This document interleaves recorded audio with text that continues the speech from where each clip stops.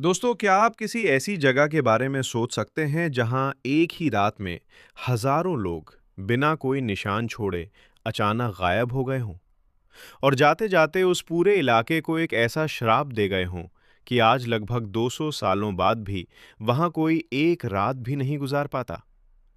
आज हम बात कर रहे हैं राजस्थान के जैसलमेर से कुछ ही दूरी पर मौजूद कुलधरा गांव की।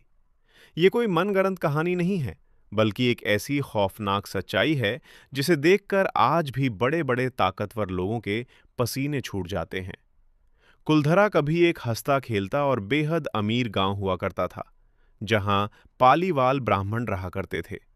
लेकिन उनके साथ कुछ ऐसा बुरा हुआ जिसने इस खूबसूरत गांव को हमेशा-हमेशा के लिए एक कब्रिस्तान में बदल दिया। कहानी शुरू होती है साल 1825 से। उस समय जैसलमेर का एक बेहद जालिम और आशिक मिजाज दीवान हुआ करता था, जिसका नाम था सालिम सिंह। सालिम सिंह की नज़र कुलधरा गांव के प्रधान की एक बेहद खूबसूरत बेटी पर पड़ गई। वो उस लड़की को किसी भी कीमत पर हासिल करना चाहता था। उसने गांव वालों को धमकी दी कि अगर अगले दिन तक उन्होंने लड़की को उसके हवाले नहीं किया, तो वो पूरे गांव पर इतना भारी टैक्स लगा देगा कि सब बर्बाद हो जाएंगे और वो लड़की को जबरदस्ती उठा ले जाएगा। गांव के लोग बेहद इज्जतदार और स्वाभिमानी थे। उन्होंने फैसला किया कि वो अपनी बेटी की इज्जत सालिम सिंह के हाथों मिट्टी में नहीं मिलने देंगे। लेकिन सालिम सिंह की फौज से लड़ना नामुमकिन था। और तब उस काली रात को एक ऐसा फैसला लिया गया जिसने इतिहास बदल दिया। कुलधरा के साथ साथ आसपास के 84 गांवों के सभी लोग एक ही रात में अपना सब कुछ, अपना घर, जमीन, सोना चांदी, सब छोड़कर वहां से निकल गए। अगली सुबह जब सालिम सिंह के सिपाही वहां पहुंचे, तो उन्हें पूरा गांव सुनसान मिला। हजारों लोग कहां गए, कैसे गए, इसका जवाब आज तक कोई नहीं जान पाया। लेकिन जाते जाते उन पालीवाल ब्राह्मणों ने इस मिट्टी को एक श्राप दिया कि इस जगह पर अब कभी कोई अपना घर नहीं बसा पाएगा।